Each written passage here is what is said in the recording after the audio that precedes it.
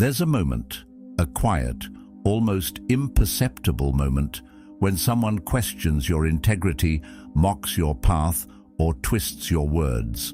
And without thinking, you do what you were trained to do. You defend, you explain, you try to make them understand. But here's the truth, no one ever told you. Every time you rush to justify yourself, you hand over something sacred. Your peace, your presence, your power. The Stoics warned us not to be ruled by the opinions of others, and yet we hand our dignity over the second someone misreads our silence, our strength, our stillness. Why? Because deep down, most people would rather be understood than be in control. They'd rather be liked than be respected. But that's not the Stoic way. The Stoic doesn't chase validation. They become the kind of person who doesn't need it. We're going to talk about the power of restraint, the psychology of silence, and why refusing to defend yourself may be the most commanding move you'll ever make. Because when you stop explaining, you stop being predictable, and when you're no longer predictable, you become untouchable. If you're someone who's tired of being misread, tired of reacting, tired of feeling like you're always on trial, then stay with me. This isn't just philosophy, this is strategy, and it's going to change the way you carry yourself in every room, every conversation, and every challenge that comes your way. If you're on a path to becoming more grounded, more unshakable, and more in control of your own narrative, then subscribe. Because every step you take toward wisdom is a step away from needing the world's approval. Do you know why it hurts so much when someone misjudges you? It's not just the words they say, it's that quiet desperation inside of you, the part that believes you can fix it. If you just explain your side clearly enough, if you say the right thing, maybe they'll see the truth, maybe they'll see you. But the Stoics warned us, the need to be understood is a trap. It feels noble, it feels honest, but it's not strength. It's a reaction, and reactions are emotional reflexes, not strategic moves. When you rush to defend, when your instinct is to clarify, to plead your case, you've already handed something over. You've made their perception more important than your peace. You've entered their frame, agreed to their rules, and started fighting a battle on their terms. And that's the first step toward losing yourself, because in that moment, you become tangled. You try to untie the knots they've thrown at you, hoping to return to neutral. But neutral isn't something you can reach through explanation. It's something you hold through presence. The more you explain, the more you shrink. You're no longer standing firm in who you are. You're asking for permission to exist. And here's a deeper truth most people don't want to admit. Anyone who truly knows you doesn't need your explanation, and anyone demanding one, they rarely deserve it. You don't owe everyone a window into your mind. You don't owe everyone your peace. The Stoics knew this well. Marcus Aurelius wrote, "If you are pained by external things, it is not they that disturb you, but your own judgment of them. And when you defend yourself emotionally, it's not them you're serving, it's your own fear." See, the person who reacts is easy to predict. You poke, they flinch. You accuse, they explain. You press, they crumble. But the person who doesn't react, that person becomes something else entirely. They become unreadable. They observe, they wait, they remain still. They don't respond to prove their worth. They let the silence speak for them. And in that silence, something strange happens. People start to question their own assumptions. The energy flips. The person who expected a performance is left staring into stillness, and that stillness forces them to face themselves. Now, you might think that silence makes you look guilty, that if you don't explain, people will assume the worst. But ask yourself this: what kind of power does it take to stay quiet when being accused? What kind of strength does it require to hold your ground? Say nothing and let it pass through you. Carl Jung once said, "People will do anything, no matter how absurd, to avoid facing their own soul. And defending yourself emotionally is one of those things. We speak to avoid discomfort. We explain to soothe insecurity. But the Stoic, they endure the discomfort. They master the insecurity because they know that inner stability is far more valuable than outer approval. It's easy to talk. It's easy to rush to justify, to smooth things over, to be liked. But easy is rarely powerful. The hard thing, the uncomfortable thing, is to remain rooted when your character is questioned. Not because you don't care, but because you care about the right things. You care about self-control. You care about principle. You care about your ability to remain undisturbed in a world that demands your reaction. That's the Stoic way, not passive, not cold, but clear. Clear on who you are and unwilling to hand that clarity over for temporary comfort. And there's something else. When you stop explaining yourself, you stop giving people material to work with. They want your words so they can twist them. They want your explanations so they can find holes. But if you remain quiet, composed, still, they have nothing. You become a mirror. They begin to talk more, to reach further, to overplay. Their accusations start to sound desperate. Their emotions become loud. And your silence, that becomes the loudest thing in the room. It's not avoidance. It's dominance. But not the aggressive kind, the centered kind. The kind that holds power not by force, but by the refusal to be shaken. Most people don't understand this because they're addicted to validation. They want everyone to get them. They need to feel seen. But again, the Stoics offer a different path.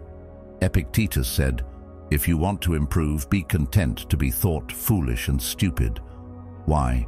Because chasing approval bends your spine. You become a performer in your own life. You speak not from wisdom, but from anxiety.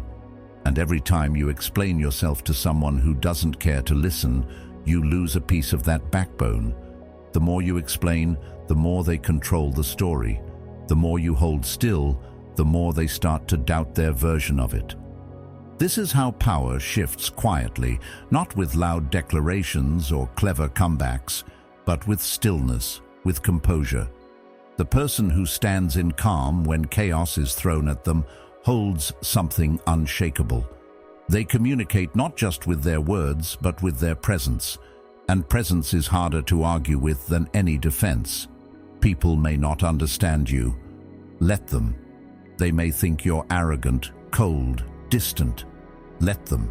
They may misjudge your silence as guilt. Let them. Because once you learn how to sit in the discomfort of being misunderstood, you become free. Free from the need to please, free from the need to prove, free from the cage of constant explanation. And here's the twist. When you stop trying to be understood, people actually start respecting you more. Not because you gave them what they wanted, but because you showed them something they couldn't shake. Inner control, quiet strength. That rare kind of discipline that says, I don't need to react to be in control. I don't need to speak to be heard. That's the power most people never find, because they're too busy explaining. You are not a courtroom witness for your own character. You don't need to cross-examine your own intentions. You don't need to build a case for your own heart. Let your actions speak over time. Let your life reflect your truth. And when someone throws stones, don't catch them to explain. Let them fall. Because when you stay still while others scramble for validation, your presence becomes undeniable. Not because you shouted the truth, but because you lived it without needing to. So the next time someone misjudges you, pause is the moment. Let the urge to explain pass through you like a wave. Feel it, but don't obey it. Let them say what they will. Let them spin their stories. You're not there to edit their narrative. You're there to live yours, fully, quietly, powerfully. And when the noise fades, when the accusations grow quiet, you'll still be standing, untouched, unshaken, and deeply at peace. Not because you fought to be understood, but because you chose not to fight at all. That is strength, that is stoicism, that is freedom. Think back to the last time someone accused you of something. Maybe they questioned your motives, threw shade at your intentions, or said something that felt completely unfair. Your first instinct was probably to respond, to explain, to tell your side of the story. But ask yourself honestly, did it help? Or did it leave you feeling smaller, like you were trying to prove your right to exist, like you were shrinking yourself to fit inside someone else's version of the truth? The need to justify is powerful, but it's rarely empowering. The Stoics understood this long before we put it into words. They knew that the moment you begin to react, you've already moved off center. You've let someone else tug on the strings of your mind. You've become a puppet to their provocation. See, the world teaches you that silence is weakness, that if you don't defend yourself, you must be guilty. But silence is not emptiness. Silence is ambiguity. And ambiguity, by its very nature, makes people hesitate. It introduces uncertainty, and uncertainty disrupts control. When someone accuses you and you don't respond, when you remain completely composed, something strange begins to happen. The room pauses, the energy shifts. Even if no words are spoken, the silence itself becomes an event.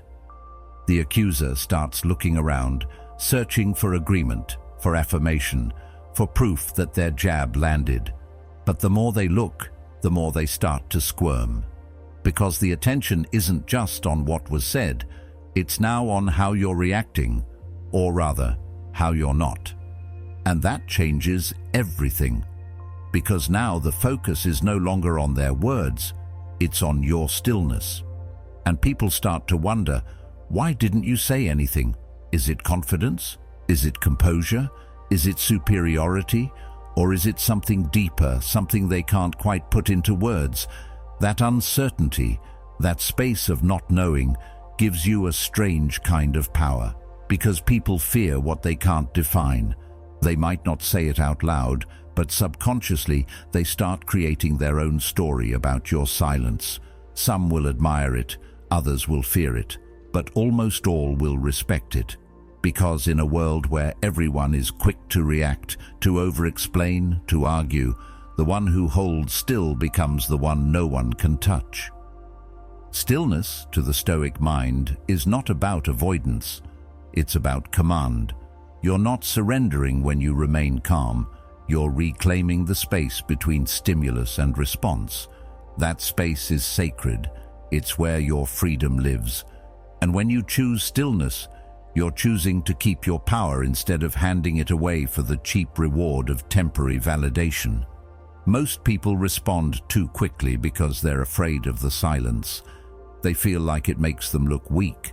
But what they don't realize is that silence makes them unpredictable, and unpredictability is unsettling. It keeps people cautious. It stops them from pushing too far. When someone attacks you and you don't flinch, you don't fight and you don't explain, they're left holding their own words with nowhere to go. The accusation just floats there, unsupported, and slowly the weight of it begins to fall back onto them. The Stoics would call this non-resistance. It doesn't mean you tolerate disrespect. It means you don't react emotionally to it. You stay rooted in yourself. Because when you react emotionally, you show your attacker exactly where your buttons are. You teach them how to manipulate you. But when you're still, when you don't respond, you teach them something else entirely. You teach them that you're not on their level. Not because you think you're better, but because you've disciplined yourself to not be pulled into shallow games. Carl Jung said, "Everything that irritates us about others can lead us to an understanding of ourselves. And often, the irritation we feel in silence is a mirror showing us how uncomfortable we are with not being liked, with being misunderstood." But here's the paradox. The more comfortable you become with being misunderstood, the more powerful you appear. because people don't see someone desperate to explain. They see someone too focused, too centered, too composed to be bothered. They see someone with direction, and that's intimidating in a quiet way. Not aggressive, not loud, just unshakable. The beauty of stillness is that it lets others reveal themselves. The person who speaks first often loses control of the frame. They show their hand. They make themselves vulnerable. But the one who waits, who allows silence to do the heavy lifting, becomes unreadable. And unreadable people are harder to control. They become what the Stoics aspired to be, unmoved by the opinions of the crowd, free from the emotional storms of others, and anchored in their own judgment. That doesn't mean you never speak. It means you only speak when it matters, when the words are sharp, precise, and chosen.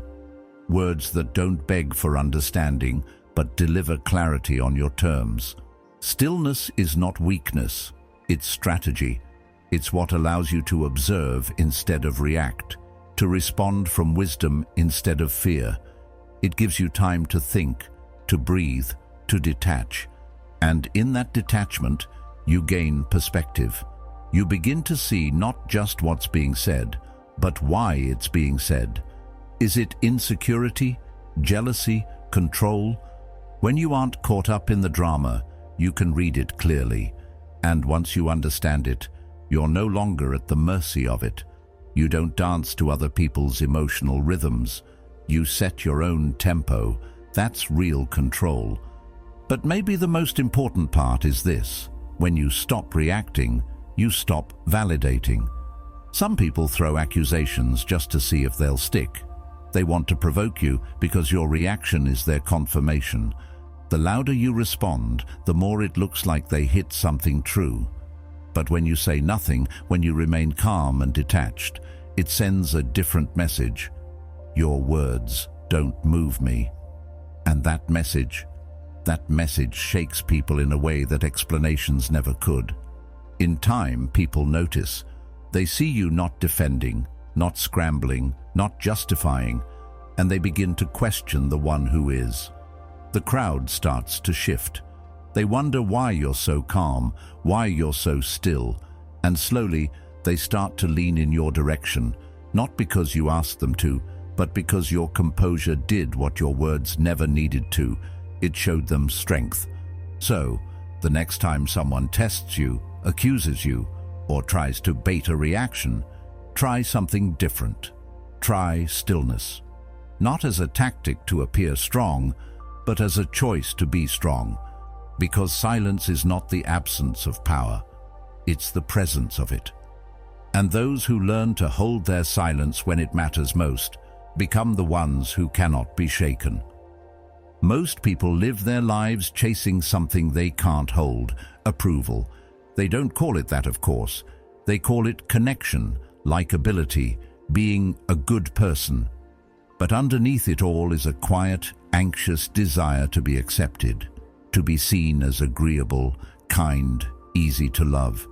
The need to be liked wraps itself around how we speak, how we act, even how we think. And in doing so, it slowly drains us of our power. The Stoics saw this clearly. They understood that true peace can't be borrowed from someone else's opinion. It has to be built within. Because the world will not always agree with you. People won't always like you. And if your sense of value depends on harmony with others, your identity will always be on the edge of collapse. So what do you do when someone calls you arrogant, cold, selfish? Do you jump in to explain? Do you try to clear the air? Or do you pause, stay grounded, and simply say, that's how you see it? Not sarcastically, not with resentment, just with calm, quiet acceptance. Because that's the moment when everything changes. You stop participating in their emotional game. You don't try to reshape their perception. You let their accusation hang in the air like unfinished music. And in that space, something powerful happens. They start to question themselves. Did they go too far? Were they projecting? Have they said more about their own insecurities than about your character? That's what most people miss. When you don't try to defend or fix their opinion of you, you force them to sit with it. And most people can't. When someone throws a label at you and it doesn't stick, when it just lands with no reaction, they're left alone with their assumptions, and silence in that moment becomes a mirror. It doesn't just reflect your self-control, it reveals their lack of it. You didn't humiliate them, you didn't try to win, you just refused to play, and that's more powerful than anything you could have said. This isn't about mind games or clever comebacks, it's about something deeper. It's about not lowering yourself into emotional combat just to feel seen. When someone tries to provoke you and you stay calm, you're not suppressing your feelings. You're choosing your peace over their noise. You're saying, "My energy is not a reaction to your judgment." That's not coldness, it's clarity. You're not above them. You're simply unwilling to sacrifice your balance to prove your goodness. And the more you live from that place, the less people test you, not because you're feared, but because you're hard to shake. Being liked is nice. It's comforting, but it's not a foundation. And the person who begs to be seen as good gives away something sacred. They give away the right to be misunderstood without unraveling. They hand over their emotional grounding for the approval of people who might not even respect them. Influence doesn't come from being agreeable. It comes from presence, from the feeling people get when they see you hold still in the middle of chaos. That quiet authority doesn't need to raise its voice. It doesn't need to convince. It just exists, unshaken. People can sense when you don't need them to like you. And strangely, that's when they start liking you more. Not because you tried harder, but because you stopped trying altogether. You became self-contained. You radiated the kind of confidence that can't be faked, the kind that comes from knowing you're whole without external validation. The world is drawn to that, not to arrogance, but to groundedness, to the kind of presence that says, "I know who I am. You're welcome to misunderstand me. I'm not here to correct that." That's not distance, that's maturity. There's a reason Stoicism still speaks to people today. It doesn't promise that others will always treat you fairly. It doesn't even promise understanding. What it offers is self-possession, the ability to stay inwardly calm when others misunderstand you, to let people be wrong about you and still walk in peace. The more you can do that, the more you become immune to noise. Not numb, not detached, just unaffected. That's not easy, but it's worth everything. We live in a culture obsessed with optics, likes, followers, impressions. But influence isn't about how many people see you. It's about what they feel when they do. And nothing is more striking than someone who doesn't chase the crowd, who doesn't mold themselves for acceptance, who speaks less but with more weight. That kind of person makes people pause, reconsider, reflect.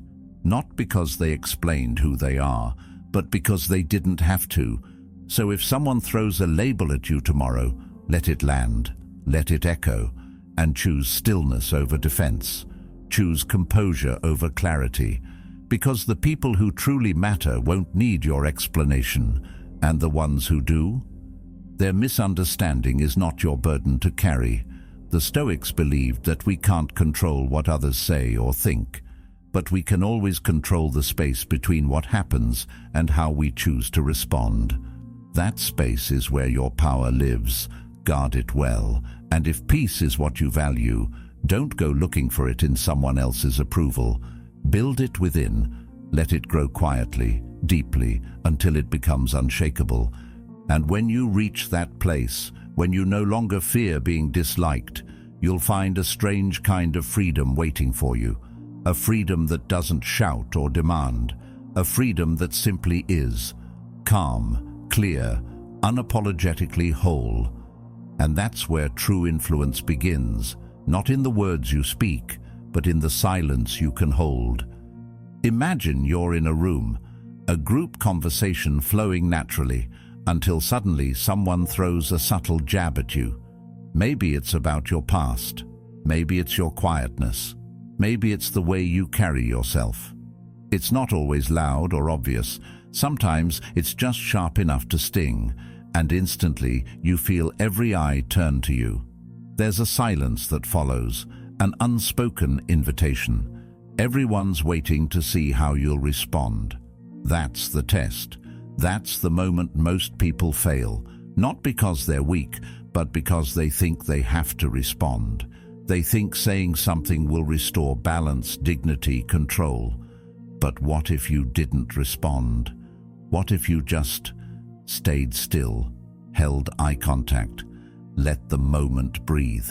Not as a power play, but as a form of deep presence. A presence so grounded, so composed, that it speaks louder than anything you could possibly say. Because at that point, the conversation shifts. It's no longer about what was said, it's about what you chose not to say. Your restraint becomes the message. Your silence becomes a statement. That moment transforms into a mirror, not just for the person who threw the jab, but for everyone watching. And what do they see? Not a victim, not a flinching target, but someone who is so deeply rooted in themselves that no opinion can uproot them. That's not passivity. That's not fear. That's control, and not the kind of control that clenches fists or sharpens comebacks.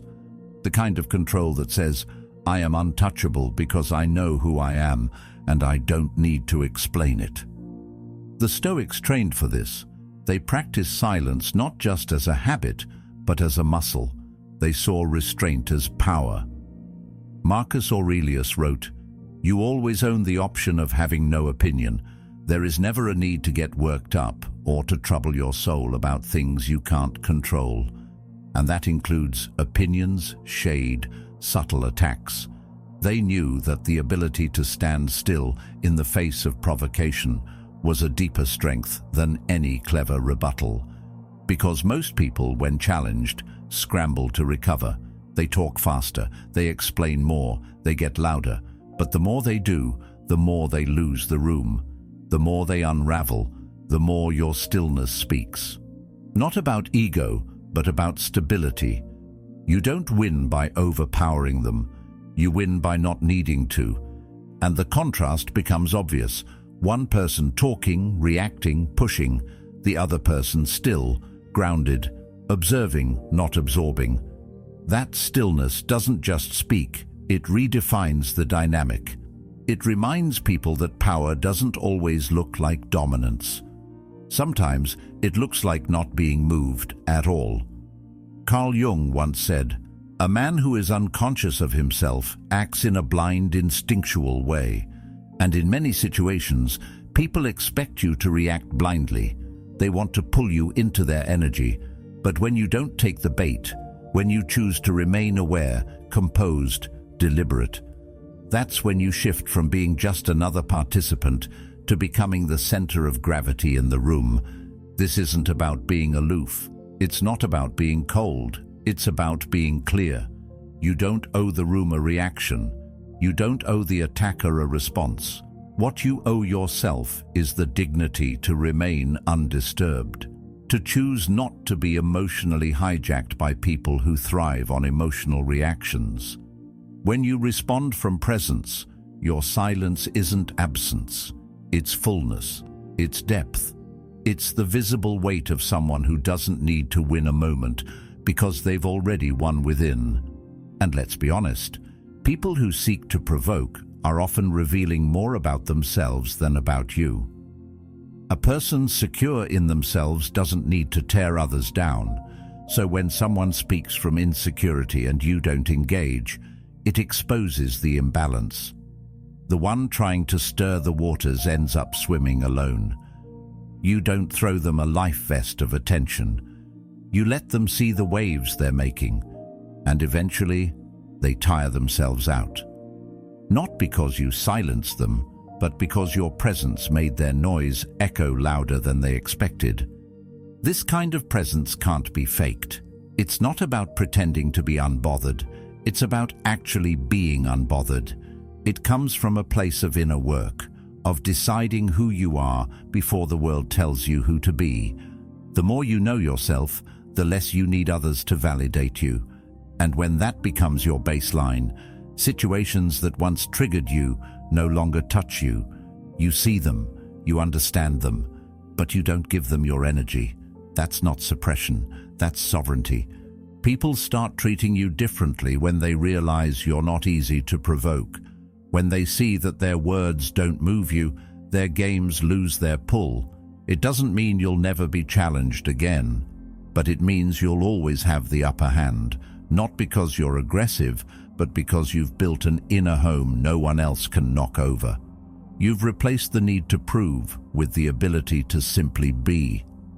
And that change, that's what makes someone unforgettable. It's tempting to think that your voice will save you, that if you can just say the right thing, people will see your worth.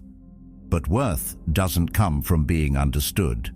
It comes from being unshaken. When your presence is strong enough, it speaks before you do. It fills the space without taking over. It makes people lean in, not because you're loud, but because your silence says more than noise ever could. That's when you move from being seen to being respected. So the next time you're in a room and someone tries to pull you into their drama, remember this: presence is louder than words. Your stillness is not a lack of power, it's the fullest expression of it. Let them talk, let them try, and let the moment speak for itself. Because when you refuse to react, when you choose to hold yourself with calm confidence, you shift the entire atmosphere.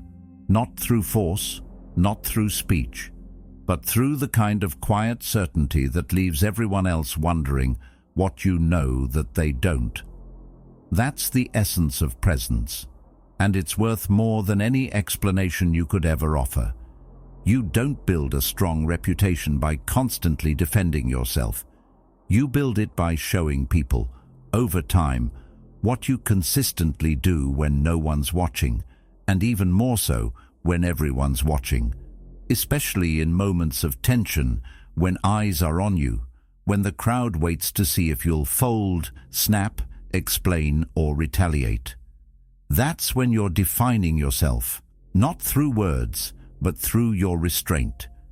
Because restraint is not silence born of fear, it's silence born of confidence. You don't stay quiet because you don't know what to say. You stay quiet because you already know who you are, and nothing in their accusation is worth compromising that knowing. Every time you withhold a reaction, you're choosing peace over performance, dignity over disturbance. That's something very few people master, because we live in a time when everyone's trying to set the record straight. We're told that to stay silent is to look guilty, that if we don't explain ourselves, we'll be misunderstood, and if we're misunderstood, we'll be rejected. But the truth is, constant explanation doesn't protect you from rejection. It often invites more of it. The more you try to justify yourself to others, the more openings you give them to question you. And before you know it, you're stuck in a loop of over-explaining and under-respecting your own boundaries. The one who feels compelled to argue their own integrity is often the one who ends up giving it away. Carl Jung wrote, "A man's worth is not measured by what he says about himself, but by what others infer through his silence." Think about that. Not what you say, but what your silence makes others consider.